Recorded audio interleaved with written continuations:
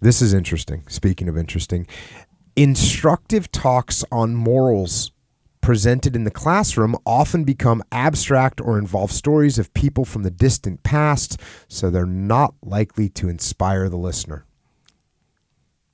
But moral lessons that can be acquired through judo's randori are based on facts and are much more likely to make an impression. And it can be said that the habit of observation, the ability to make decisions quickly, and the ability to remain calm and resolute that are cultivated through fighting are also valuable outcomes of the practice of judo. These abilities, however, will not be developed merely by doing kata and randori training without any thought. These abilities will naturally develop when one takes care and thought in practicing them on a daily basis. So this is something very interesting to think about. So I thought that was great. Like, hey, you learn about you read the Bible, it's like, that doesn't really make sense to me. It's some guy that lived thousands of years ago, and I don't really get that. Mm-hmm. I don't really get why I should be humble because it says you should be humble. Well, get on the mat.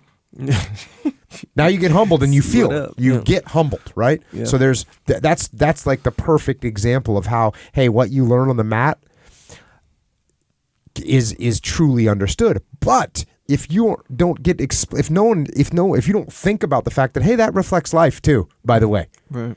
That reflects life, by the way. If no one makes that connection for you, that's problematic. And I mean, clearly, jiu-jitsu, this is a big difference between jiu-jitsu and judo. Like we talked about what the competitions are like. You talk about how you get disqualified. Jiu-jitsu, you have people in jiu-jitsu that have bad attitudes, right? They don't apply what they learn in jiu-jitsu. One of the things that my attitude always is with jiu-jitsu is like, if I beat someone in jiu-jitsu, if you understand jiu-jitsu, if you beat someone in jiu-jitsu, you realize that doesn't make you a better person than the person that you beat. What it means is you've trained more than them. That's what it means. Mm-hmm. Or it means you caught them that time. It means you got lucky with a move. It means they made a mistake and you had trained enough to be able to capitalize on it. It doesn't mean you're a better human being than they are. Yeah. And there are people in jiu-jitsu that think, oh, I am a better human being than that person is because I tapped them out. It's like, actually, no, not true at all. Yeah. So if you're not connecting these bigger, broader lessons and connecting jiu-jitsu to life, then what you have is just this isolated sport, which is it's not even a sport. It's an isolated might makes right attitude on the mat, which is not a good thing. Yeah. It's not a good thing at all. Jiu-jitsu should be making you humble because you should recognize like, oh yeah, well, I've been training longer than this guy and that's why I can beat him. And one day if they keep training more than me, they'll be able to beat me. So hopefully I'll keep training and we'll have a relationship and we'll be able to support each other. And that's the attitude. Yeah. So I think that's one of the things where, you've got, in my mind, you've got judo on one side, which is, really strict and controlled and less evolutionary because it doesn't evolve as much. And you have jiu-jitsu on the other hand, which is wildly evolutionary. It's incredibly creative. Like there's less creativity in judo. There's way more creativity in jiu-jitsu. And I think in the middle, especially on the attitude part, is where jiu-jitsu now is like, you need to, like, you go to a jiu-jitsu competition, like little kids they're bad sports, right? They're bad sports. Sometimes, yeah. They did not learn sportsmanship. Mm-hmm. And that's an important thing, because what does sportsmanship mean? Sportsmanship doesn't just mean like you're a good sport on the mat. No, it means that in life you can handle getting beaten and you're going to get back up and you're going to have a good attitude. That's what sportsmanship is. That's why you're trying to teach that to your kids. Yeah. Right? And there's a million little things like that in jiu-jitsu that you learn. Like just the hard training. Well, you know what? In jiu-jitsu, sometimes you work hard and you still get beat. Yeah. That's the way life is. Yes, sir. That's the way life is. You work hard, you give it everything you got, you're still going to get beat. Well, guess what? You learn from that. You learn about life from that. Yeah.